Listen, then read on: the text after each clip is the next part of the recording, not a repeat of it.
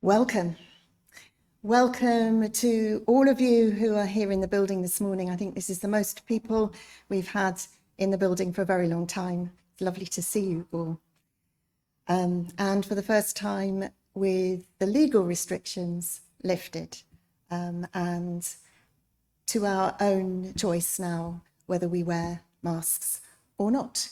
But of course we continue to take care of each other and to respect each other's needs as best we can. And I'm sure that will take a little bit of trial and error. So let us know how you feel about the way we're doing things. Do please do that. And to those of you joining us online, wherever you are, you're hopefully in control of your own environment. And we welcome everyone here this morning, wherever you are, however you are. And we also invite all of you, whether you're members or not, to stay afterwards if you'd like to for our annual general meeting. You're very welcome to listen and take part, although only actual members are able to vote. But that's later. Let's start with some opening words by the Reverend Scott Tayler. We gather as a house of stories. As we learn of those who have gone before, the way in front of us becomes more clear. As we weave together the tales of who we are, our loneliness lessens, and the web of our oneness is revealed. As we listen deeply in those times of tender trust, we descend into the longings and the learnings, hopes and fears of the humanity we share. Beneath the wells from which we drink, there is a deeper well that feeds them all. Come, let us tell each other tales of our thirst. Let us drink from the stories that sustain us all.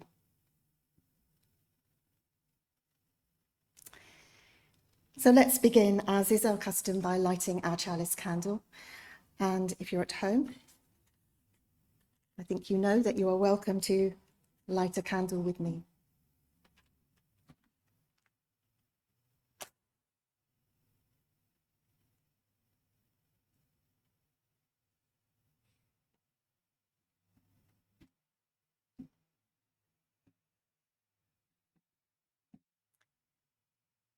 May this light invoke for us the sacred presence of that which is greater than ourselves and of which we are each a part. Amen.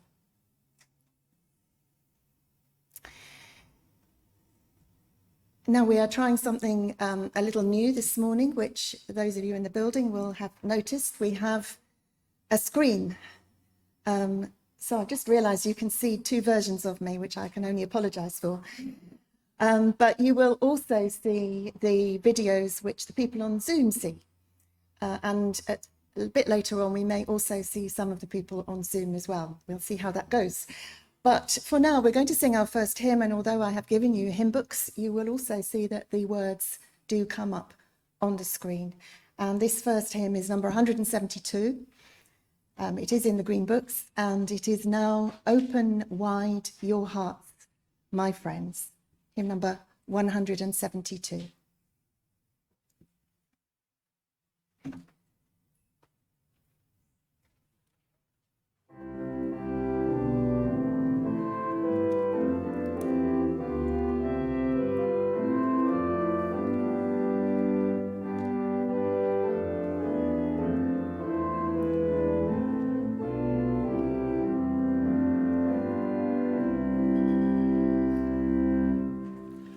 Now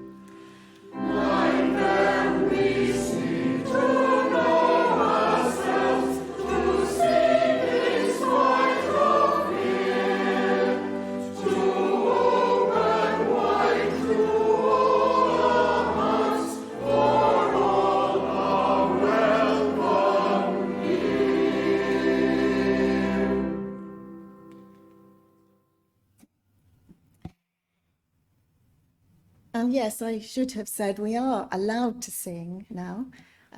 Again, it's really open to you and your discretion.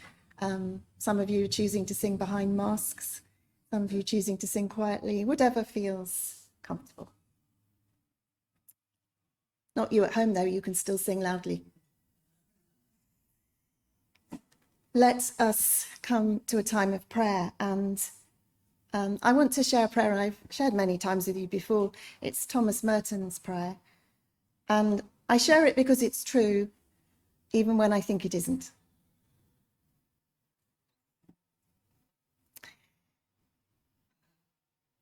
My Lord God, I have no idea where I'm going. I do not see the road ahead of me. I cannot know for certain where it will end. Nor do I really know myself. And the fact that I think I am following your will does not mean that I am actually doing so. But I believe that the desire to please you does in fact please you. And I hope that I have that desire in all that I'm doing. I hope that I will never do anything apart from that desire. And I know that if I do this, you will lead me by the right road, though I may know nothing about it. Therefore will I trust you always, though I may seem to be lost and in the shadow of death. I will not fear, for you are ever with me, and you will never leave me to face my perils alone.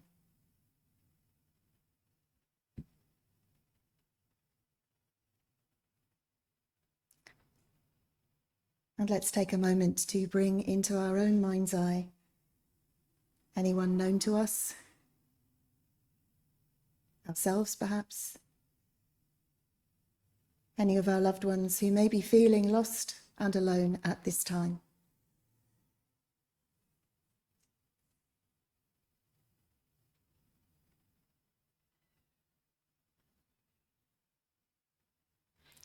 May we and they find solace and comfort.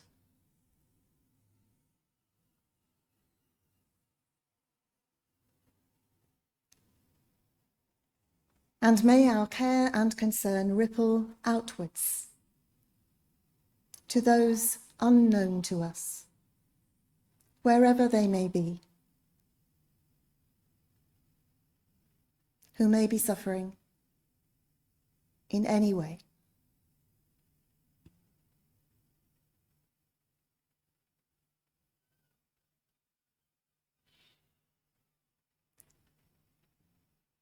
May all people and all beings find calm in the storm and peace in their hearts.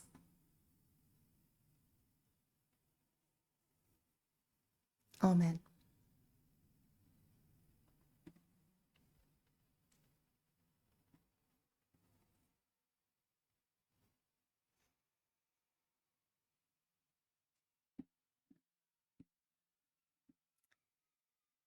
And now I'd like to share a story with you, which I've adapted from a story told by the Rev Gretchen Haley, who's a Unitarian Universalist minister.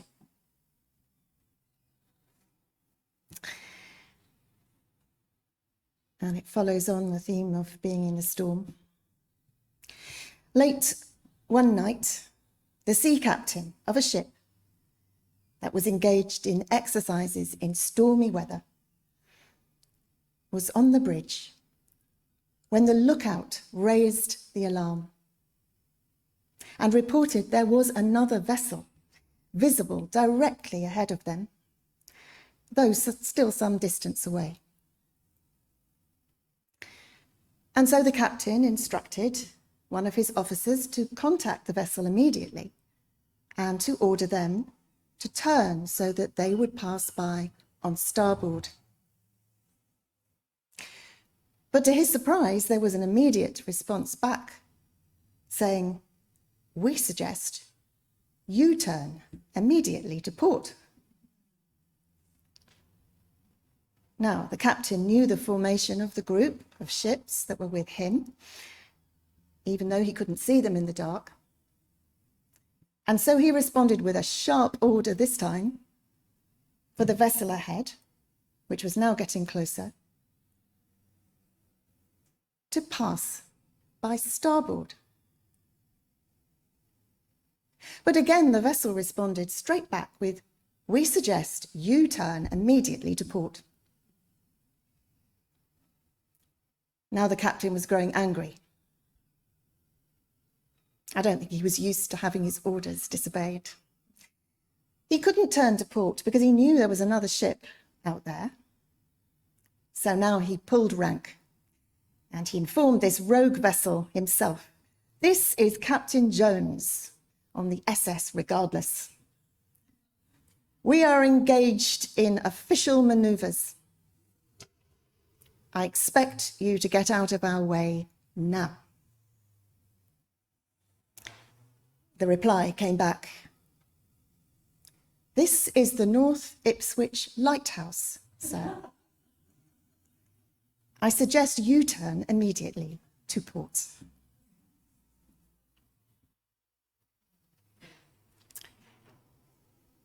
And that was under the heading of the danger of sticking to one story. And a reading by the American author Adrienne Maree Brown from a piece of hers called Ripe Conditions.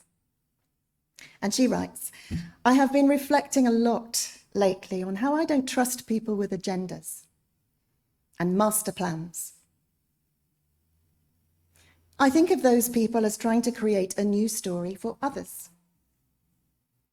placing a massive end on the story,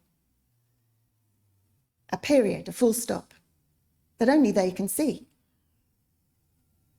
For me, storytelling is an emergent process, a pollination-style intimacy, where the results can't be fully predicted as the conditions shift.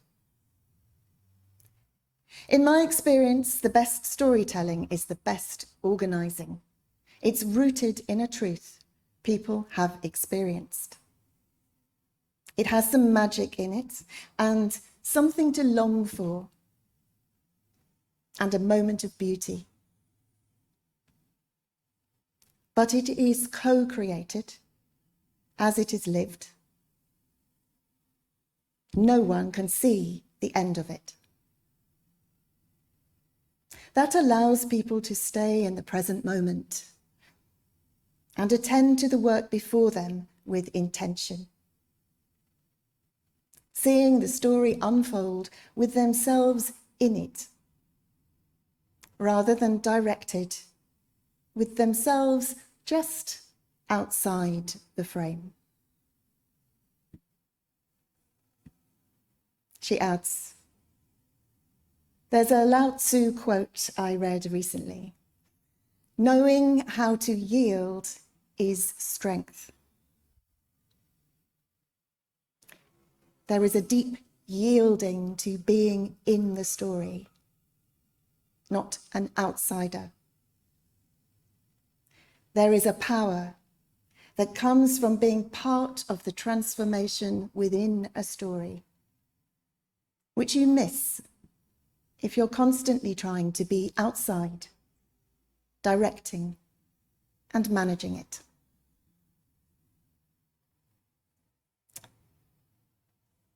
Words by Adrienne Maree Brown.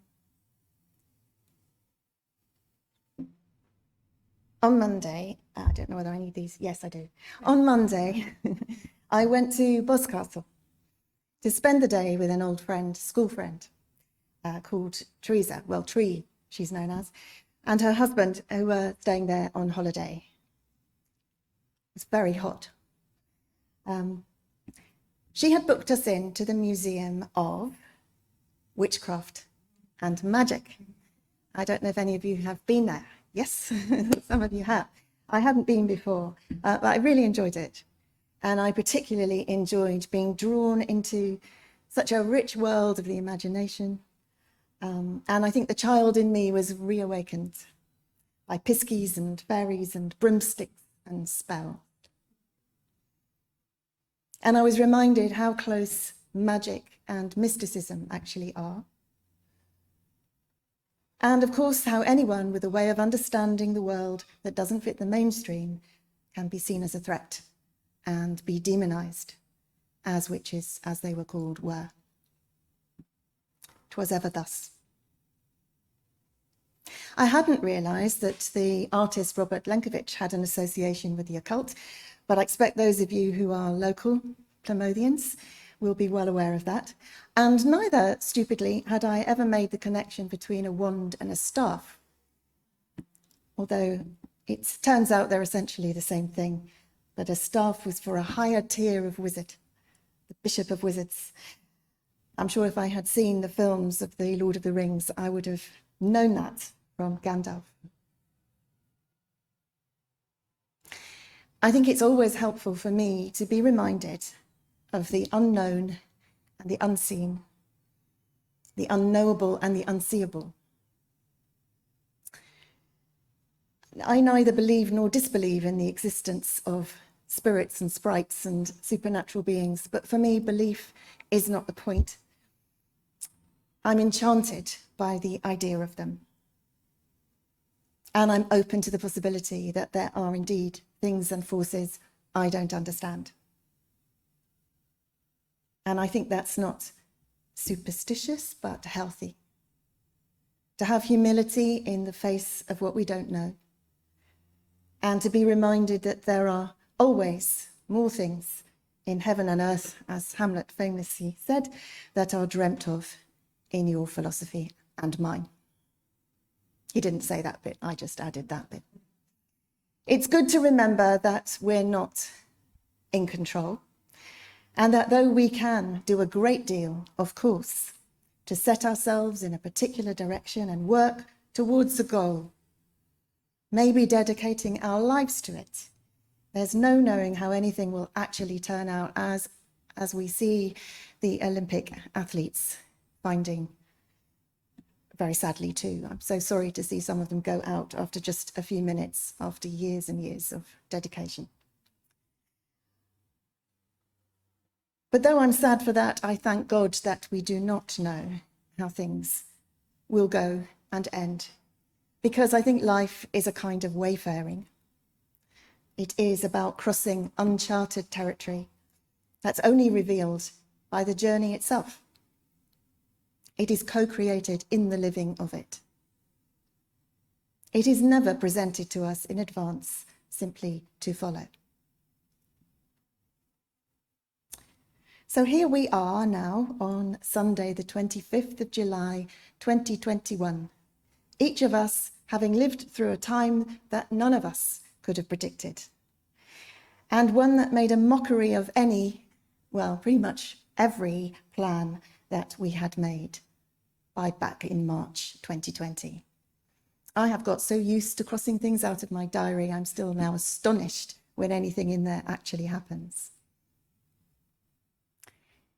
But no matter, we adjust, we reset, we pick ourselves up, we start again where we are. What we don't do is give up, because life calls us over and over to hope and to envision, and yes, to make more plans, and we do. But perhaps we do so with a little more wisdom and a little less attachment to whatever specific results we had envisaged, and a little more openness to those outcomes that actually emerge. We have not failed. We just readjust as we need to, and that is living successfully. We understand a little better, maybe, that we are part of a process that's much, much bigger than we are. That we are not self-determining or even group-determining, but fully interdependent interbeings who are influenced by all that is, whether we know about it or understand it or not.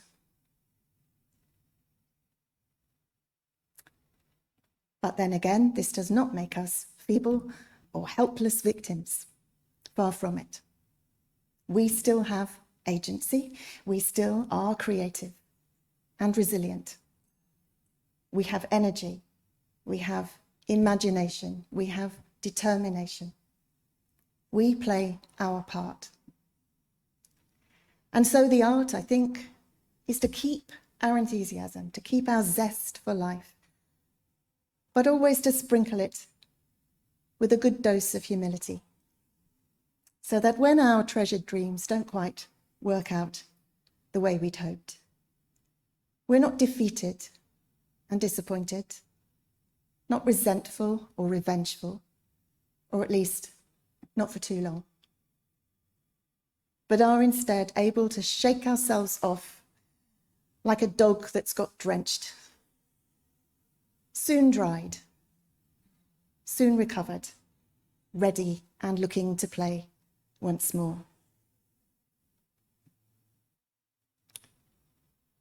And so here we are as a congregation, a community with ideas and hopes and plans, another year ahead of us, setting off once again. We start the year many times, don't we, in the calendar, but the AGM is always a feeling of yet another year beginning.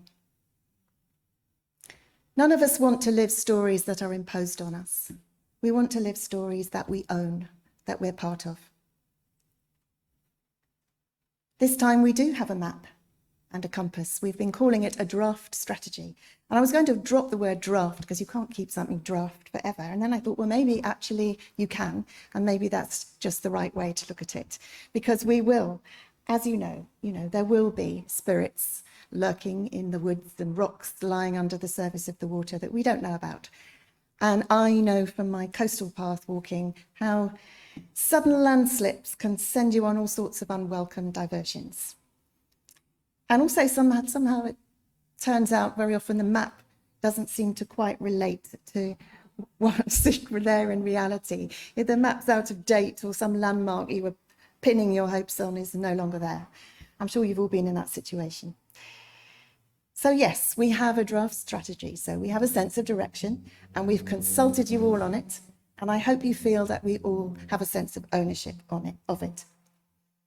So that now we can start co-writing the next chapter of our story together. But we'll need to keep alert. We'll need to not get ourselves stuck on a particular route or too wedded to a particular destination. We don't want to become entrenched like Captain Jones, insisting that everything else changes while we just keep forging ahead the way we decided. We need to keep moving forward, but keep trusting in the process, trusting in each other, and trusting, of course, in the divine.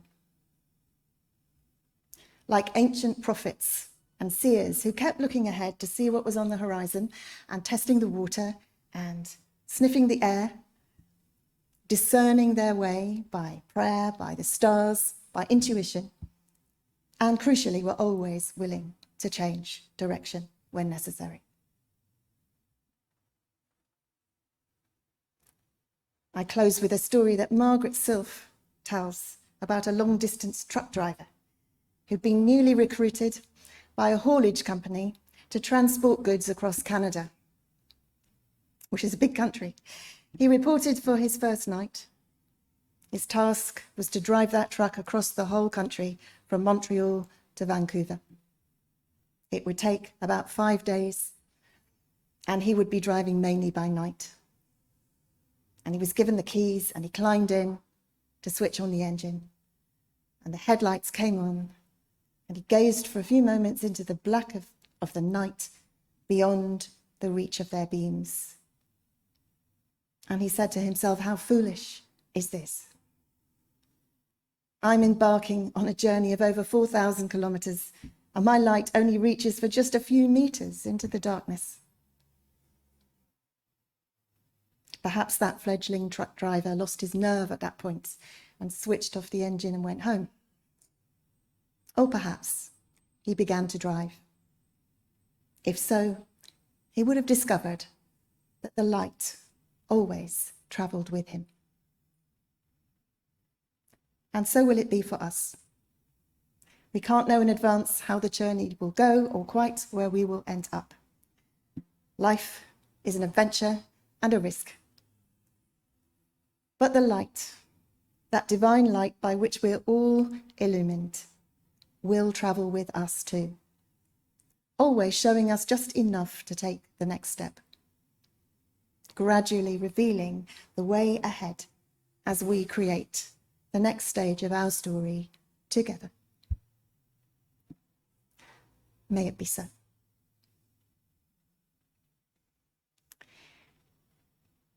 And let's sing. Hymn number 192 in our green hymn book. A new community. We would be one as now we join in singing our hymn of love to pledge ourselves anew.